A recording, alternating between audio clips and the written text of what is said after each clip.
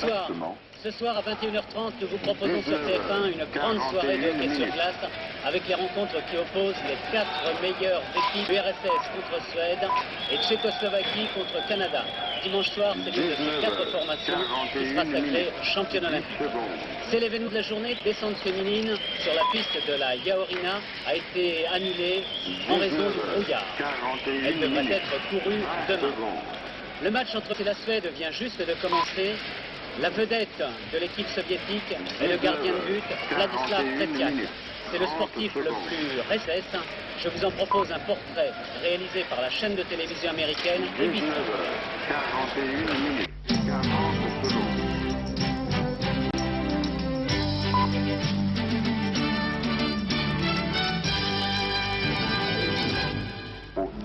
Vladislav Alexandrovitch Tretyak est né à Moscou, où il a toujours vécu il y a 31 ans. 31 années pleines de défis et de victoires.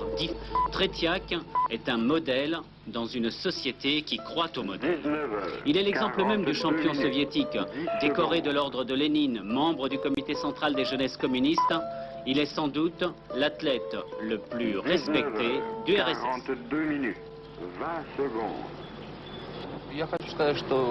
My family is a simple family. Ma famille est modeste. Mon père était pilote, ma mère profession physique. Elle jouait au hockey, enfin plus exactement au bandy.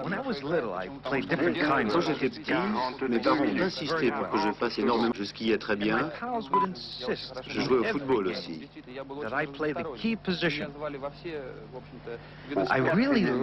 J'aimais beaucoup la tenue des hockeyeurs, et plus spécialement celle des gardiens de but. C'est pour ça que j'ai choisi ce poste.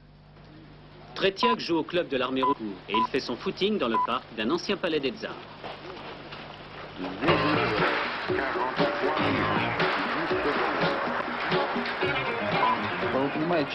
Quand je joue, l'équipe a confiance en moi. Mes camarades sont plus tranquilles quand ils savent que je suis derrière eux. J'ai passé le but de la grande équipe dirigée par Tarasov.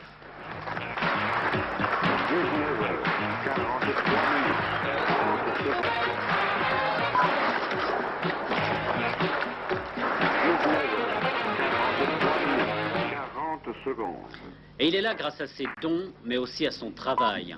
Il a une vie privilégiée, mais aussi des obligations. Par exemple, les professionnels américains auraient bien voulu l'engager, mais chez lui, il est nal, chez lui, il restera. Il y a juste une tâche à son palmarès, les Jeux Olympiques de Lake Placid en 80. Lake Placid contre les États-Unis, notre coach Viktor Tikhonov avait décidé de me remplacer à la fin de la première période. Le score était alors 2-2. Tikhonov a dit que je n'étais pas bon ce jour-là. En fait, c'était une grave erreur, même si j'avais encaissé 2 buts, mais sans moi.